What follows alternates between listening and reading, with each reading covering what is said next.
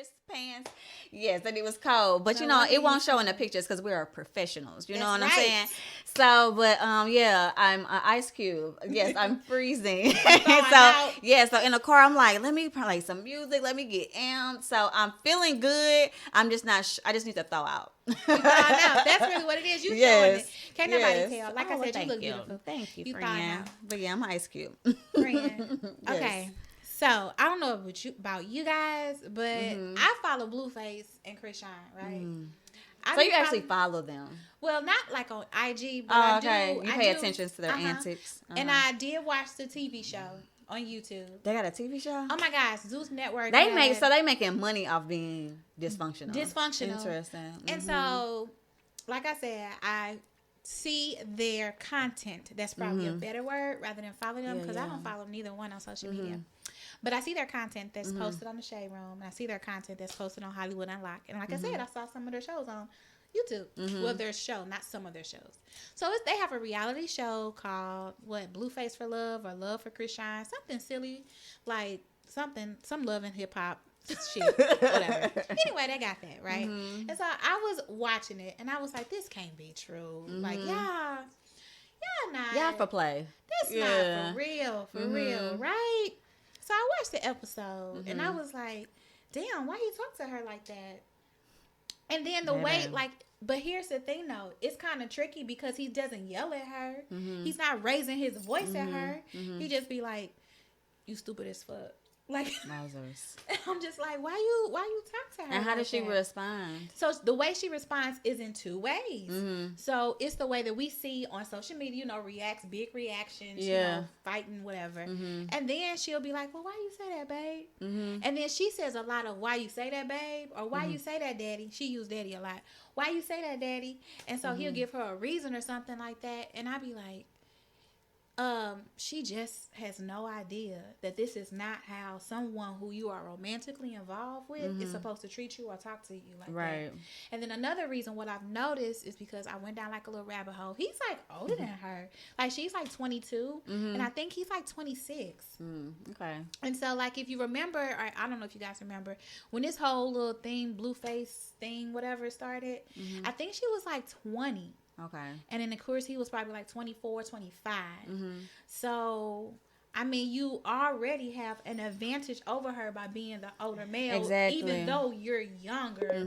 You're young, but you still have an advantage. Right. And she's at a very impressionable age. So, the little bit that I do know about them is just from what I see very quickly within a few seconds on social media. Room, but one of the things that I guess struck me were them showing how she looked like as a teenager to how she looks now. Like she was an athlete, gorgeous girl. And like now you missing teeth, you looking buck wild crazy. Like what the fuck happened to you? You know what I'm saying? Yes. So with you even saying that she calls him daddy, now we all do that, calling people poppy or daddy or whatever cute little things. But knowing that they're so dysfunctional, I wonder if she is carrying over trauma with her own father and having him step into that role for her. It could be that trauma, but it could be trauma, like daddy issues or whatever like that. But she always refers to him as daddy. Like she just says like, I watched the interview with just her, not Blueface, on Know For Sure podcast. Okay. And so she always say like, daddy did this daddy shirt, daddy got to take me here, daddy got to take me there. Like she always refers to him that way. Crazy. And he's not in the room. Well, you know what? At that podcast interview, he may have been behind the camera. He might have been in the room because they're always together. And then I think to myself, like, and I'm not trying to say that couples can be together all the time. Yeah. And I understand that some couples are literally best friends, so they are together all the time.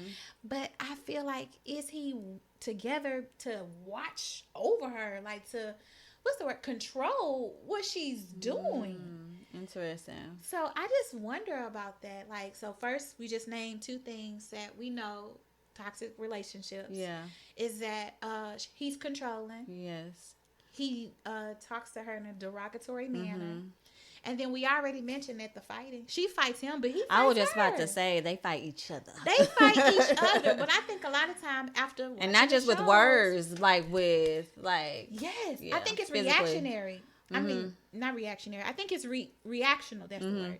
That they fight each other. Like he says something and she probably ain't quick with it, so she probably bop him. Or the other, or baby, I'm not fighting you, and I feel like this is, I guess, a candid moment of just honesty. Like, I have been known to put my hands on people. That's not a good thing. But as a youngster, because you're not thinking things through. And then I'm little, so I got this Napoleon complex. I feel like I'm big and I'm not. So it's a lot of things where, like, someone would say something to me, I would get upset, and my first response would be to like hit somebody. I know now that that's not right. I'm in my 30s. I'm making better life choices. But being so young and using that as a way to problem solve in the moment is so dangerous. So dangerous. Not just for women, for one, putting your hands on a man should not occur. Correct. Definitely vice versa. Neither one. That's not how you handle yourself, because I'm never, if I were to have a son, and you can speak from that perspective, you're not about to be just hitting my kid. You know what I'm saying? I'm teaching him to keep his hands to himself. Yes. You also need to do the same. You know what I'm saying? But the fact that they go back and forth with that, that's crazy. Is she pregnant? She is pregnant. Be a fence. Here's the other thing that I've noticed with them. She is pregnant, but it gets violent between them two. Like, he needed stitches on this TV show. Like, we already talked about that too. Yes. And so, and I'm just thinking to myself, like, what? But yeah, she is pregnant. And here's my other thing, and what I've noticed in the television show is that I feel like Chrisean is like a low-key addict. And with alcohol, I was about to say she's an alcoholic. Yes, it seems. It seems. This is only my, my observations as a psychologist. Right, exactly, through that lens. I have to throw that in there. Yeah. But I feel that way. It's because whenever they're out, now it's one thing to like drink before you go out on a concert, because like they're performing. But it's like I wake up and I drink this, and y'all going to the store. Again, another way she's maybe coping with things that are deeper, or in that her trauma life. that she was saying. I think so too, because she did mention that she has like mom trauma, like her mom was on like drugs and stuff, so that addiction is in the bloodline. So it could be that too. So I mean, you're right. It could be the trauma that we talked about, and it could be she's coping with her situation. But I don't ever want to be in a situation where I feel like I have to cope to be with you. Yeah. You see what I'm saying? Like, I gotta do this just to see your face. Just to bear your existence. Exactly. Like that is not a relationship. I've been in relationships before to where I would physically get sick when I knew I was about to be with this person for such a long time. Like, in the same space. That's not like we were together, but in the same space for such a long time. Like, my body would be like, turn tired, like it would physically react to what was happening. Yeah, similarly, I would get anxious. My last serious relationship was like that. I remember pulling into the garage and literally just sitting there and being like, fuck, I'm about to go into this house. Like, seriously. Like, and having to endure that, because at a certain point it was like almost walking on eggshells. Like, you don't know what you're going to get, or you don't know how the interaction is going to go. That may become more explosive, or it may be cool or chill, but it was that unpredictability with it that made me so anxious. So I understand that, like, your body absorbs that relationship, and it shows in different ways. So for you, you would get tired, or like just drained, would be physically ill, like you said, anxious. Like you'll go into the garage and just sit because you didn't know what person you were going to Lord, get. give me the strength just to endure this. Seriously, and I would feel that same way too. Like, I would be like, oh my gosh. So I would have a timetable in my head, right? And of course, like we said, I have a timetable in my head. Okay, so he does this and he gets off at this time, and so like at 8 o'clock I'll see him.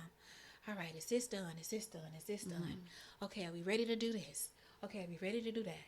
Okay. Is everything perfect? Okay. Do you have a what's the word I'm looking for? Do you have a comment if something goes wrong? Yeah. Like A literally response. having Like rehearsing things in your head. conversations in my head. Yeah. So to protect me, so anytime you pop off, that I would be protecting my own feelings. Yeah. And that's not the way to live with any type of relationship, especially one who you feel like you love and you care about. Yeah, exactly. So I think that one of the big things, even when we were talking about toxic love, like how does that originate? And I think for me personally, I can't speak for everybody else, but for me, it was because I was in such a low place when entering this relationship.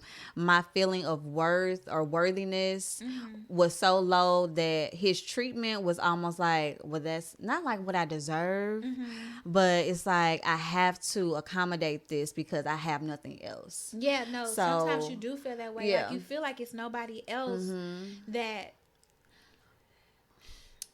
fit. You feel like it's nobody else that may want you. Yeah. So this is all you have. Yeah, so you it was that. It was like that loneliness feeling. Like I don't want to be by myself, so I'm going to endure this just to say that I have someone. I hate. For sure. I low key hate that shit, and I think that's not why I'm single now. But I would rather live my life in such a peaceful manner than have someone come in and disrupt it. You know what I'm saying? Like I was in such this relationship, I was in such a low place. We talked about it before. My mother was sick at that time. For sure. Life was just different, and I was handling so many emotions. So when I initially got into this relationship, podcast, we definitely discuss healing. We discuss aspects of psychology. We discuss you becoming the best you, mental wellness, for sure, health. Femininity, parenthood, dating, definitely dating, single parents.